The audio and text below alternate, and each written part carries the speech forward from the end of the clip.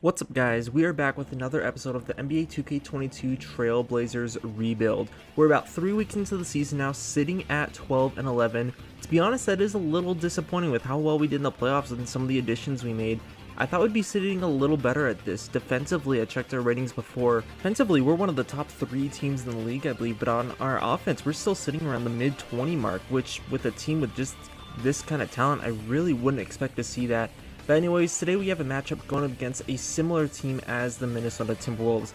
Last episode was going up against the Nuggets, and I actually think these two teams are pretty similar just with how they're able to attack really well on the perimeter. These guys got Anthony Edwards and D'Angelo Russell. Now it's going to be trying to stop them and Karl Anthony Towns to go along with it. But anyways, good matchup to go against. Right here on this first play, I actually like really taking advantage of Marcus Smart on Anthony Edwards. That's not going to be the last time this happened this game, as Smart just kind of bodies him for most of this game. Really impressed with how he played. Offensively, we're going to start things off with a Nurkic and Lillard pick and roll. Nurkic just bodies D'Angelo Russell there. He has no issues finishing down low. Once again, we're going to take it back out on offense. Now Nurkic. The play I called was definitely a different one from this. 2K just tries to isolate Nurkic, but I don't really think he's that kind of center. Anyways, we're going to find Lillard in the corner. Once again, Nurkic has no problem slipping down low for our first 2 baskets of the game. Back again on defense, though, once again, Marcus Smart is just going to be embarrassing Anthony Edwards. He's going to find it, get it to Damian Lillard on the break. Lillard just makes one crossover. He has no issues getting by D'Angelo Russell. Russell's a good team defender, but still does not have it for that one-on-one. Now here on offense, we're actually going to look to Jeremy Grant, try and get him involved in the offense a bit more. Grant's someone I honestly love using both as like a screener and a roll man, but I just kind of have issues using him at that power forward position. More of my play style, my play calling than anything else. Good bucket there, but then Nurkic is way too slow. Cat's able just to run back and get those 2 points right back on us. Now with Little on the perimeter, we're going to go ahead, set a down screen for Simons. He can't get open off of that, but we're going to get Lillard. He's going to go around. Whiteside's going to give Lillard the screen, and instead of trying to hand it off to Whiteside, Lillard's just going to take it himself with a pretty reverse down on the baseline. Once again, Edwards is trying to score, and now it's Whiteside who's the one that's just embarrassing him. I just now realized that wasn't Anthony Edwards, but oh well, still good defensive play. Right here, Marcus Smart, he's going to play some really good defense on Edwards, but somehow Edwards just barely slithers by him. That's one of the few baskets he has this game, and he still really had to work for it. Here, Nurkic isn't able to get it, and the Timberwolves are going to try and push the fast break. For whatever reason, I try sagging off on Tony Snell, trying to see if I can get something to work, but instead that just gives up an open 3 for him. Right here, though, I'm actually going to trust Marcus Smart with the ball. He's going to make an excellent find to Damian Lillard. Lillard's going to hit our first 3 of the game. I'm pretty sure we only hit like 2 or 3 this game. This game we were definitely rotating out both Harrell and Whiteside. Not going to lie, Harrell was kind of getting taken advantage of just because there's that bit of a size difference between him and Cat. And there's a few times like this time right here, he can't even finish on Russell, who's like a good 3 inches shorter than him. But anyways, he's at least able to get that putback, and I think he ended up putting like 6 or 8 points this game. Good screen by Larry Nance there, freeing up Anthony Simons, still one of my favorite guys coming off the bench. And now Simons actually returns the favor, setting a screen for Marcus Smart. We're going to try and get a cheesy play going here, but it's our bench unit. Kentavious Caldwell-Pope and Simons.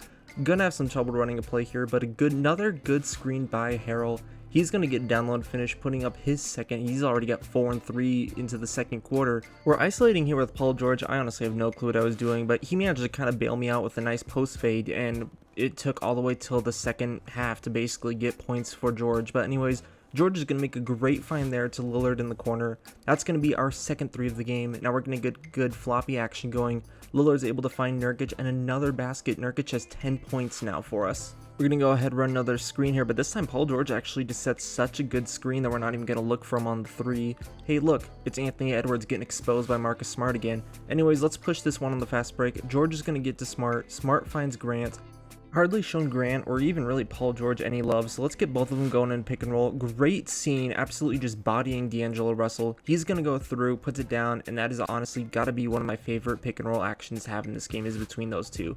Alright, we're going to get another play going here. This time Smart is going to go. He's going to refuse to give it to Lillard at first, but now Grant's going to cut it down low, and Grant just decides to end a man's life right there. Jeremy Grant just decides to give him an all-access pass to being on a Fanatics poster. Anyways, right here, this is a really good play. I was surprised by Harrell, where he basically went up between 2 guys despite being the shorter guy. Still getting that. Somehow that wasn't turned over there, but Whiteside is somehow going to back down D'Angelo Russell. but in Hassan Whiteside fashion, he's going to miss it. But because he went back to him, he'll try it again. That's his first bucket of the game. Of course, though, Karl-Anthony Towns is going to do that thing he does. He has no issues finding a good position compared to Harrell. Back on offense, so we're going to do something dangerous and give Damian Lillard 2 screeners, and he just decides to end Karl-Anthony Towns. One of the few times I've actually gotten the dunk stick to work this year. Definitely pays off there as Lillard gives us a huge bucket. Kentavious Caldwell-Pope does play some good defense, but honestly, I don't know why he's in here at that point in the game. 3.5 minutes left, we get a good steal down low, and this time Paul George, he's just going to take it because he hasn't received a lot of love this game, so he just decides he's going to take this one for himself. He gets those 2 points, but now we're up by 5 with 3 minutes left, and we're going to get a pick and roll game that basically is making Trae Young jealous right there. An excellent find from Lillard, and now Jeremy Grant's going to set another huge screen. Paul George now is able to give us a 9-point lead with only 2.5 minutes left. Alright, now, once again, Anthony Edwards, he's going to be taking up the court, so Marcus Smart immediately is going to start harassing him at midcourt. Is there a reason I'm harassing him at midcourt? Absolutely not, but I still like seeing him struggle. It's like I'm just playing with my food at this point, but anyways, 3 guys contest his shot. He falls to the ground. Marcus Smart tries to hit the dagger, but Marcus Smart, in this case, he isn't able to do it. Cat gets the rebound, just decides he's going to take it himself, because why would he trust anyone else on this team? They're going to try and get it down low. Edwards once again though up top. We just play some good all-around defense. Nurkic is just in the right spot at the right time. We have a fast break. We're pushing it for absolutely no reason. And then Damian Lillard just decides to end D'Angelo Russell's life. Hits the dagger in his face, making this one 53-41. One of the nastier crossovers I've gotten in this game is sending him back to the restricted arc from the 3-point line.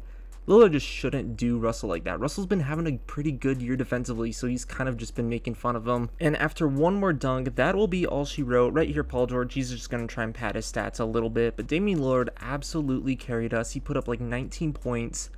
Almost all the points, as you can see there, 48 points coming from the paint, only 3 3-pointers. We did do a pretty good job shutting them down as well. They only shot 37% from the field. But Lillard carried the offense with 19 and 5. Nurkic had 12 just off of good pick and rolls. George put up 10. Harrell put up 7 in 6 minutes. Overall, a pretty good game. So these are what our stats are looking like about 2 weeks into the year. Honestly, I do kind of wish that Paul George would be doing a little more than 19 points per game. I am going to slightly mess with his tendencies just to see if we can get him shooting the ball a bit more, but even just shooting 41% this far into the season, not excellent for a guy who I thought would just be catching and shooting a lot of shots. Shooting 35% from 3 isn't good either. Grant and Nurkic are doing good. Simons is actually doing pretty solid off the bench. And yeah, that's going to be it for this one. Stay tuned for the next episode where we try and improve this offense, and I'll catch you guys later.